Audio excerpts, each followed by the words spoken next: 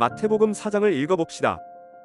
총 25절로 이루어진 마태복음 4장은 크게 4부분으로 나눌 수 있습니다. 첫째는 마태복음 4장 1절에서 11절로 예수님의 3가지 시험을 소개하고 있습니다.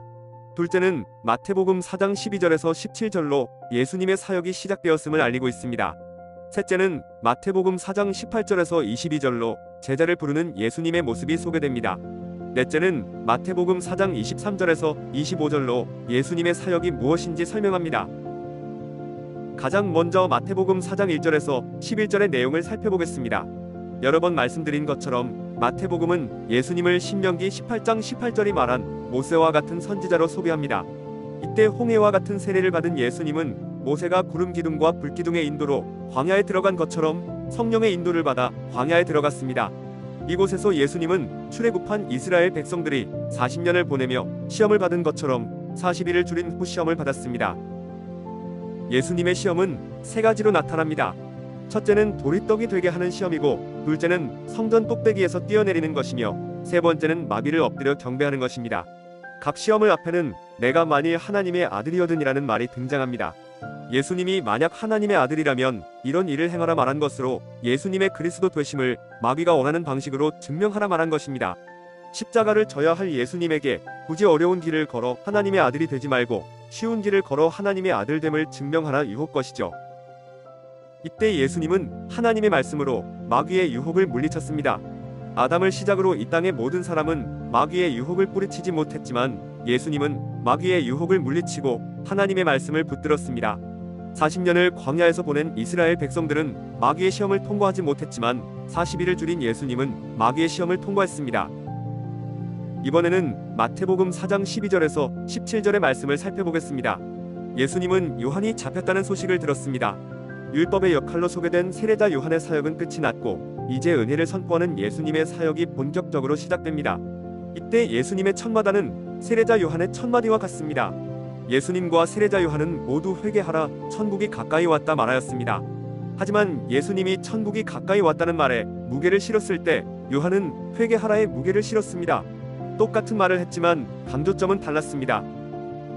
마태복음 4장 18절에서 22절은 예수님이 제자를 부르는 모습을 소개합니다. 베드로와 안드레는 그물을 버려두고 예수님을 따랐고 야고보와 요한은 배와 아버지를 버려 두고 예수님을 따랐습니다. 이들은 모두 어부로 예수님은 이들을 사람을 낚는 어부로 부르셨습니다. 죽음과 심판을 담고 있는 물에서 사람을 건져내는 자로 베드로와 안드레와 야고보와 요한을 부른 것입니다. 마지막으로 마태복음 4장 23절에서 25절은 예수님의 사역을 소개합니다. 예수님은 가르치는 일과 고치는 일을 하였습니다. 이러한 표현은 마태복음 9장 35절에서도 소개됩니다. 마태복음 4장 23절과 똑같이 마태복음 9장 35절은 예수님이 회당에서 가르치며 모든 병과 모든 약한 것을 고쳤다 말합니다. 이때 마태복음 5-7장은 예수님의 가르치는 사역을 소개하고 마태복음 8-9장은 예수님의 고치는 사역을 소개합니다. 앞뒤로 예수님의 사역이 가르치는 것과 고치는 것이라 말을 한 후 그 안에는 예수님의 가르치는 사역과 예수님의 고치는 사역을 소개한 것입니다. 예수님이 가르치고 고친 이유는 천국 복음을 전하기 위해서입니다.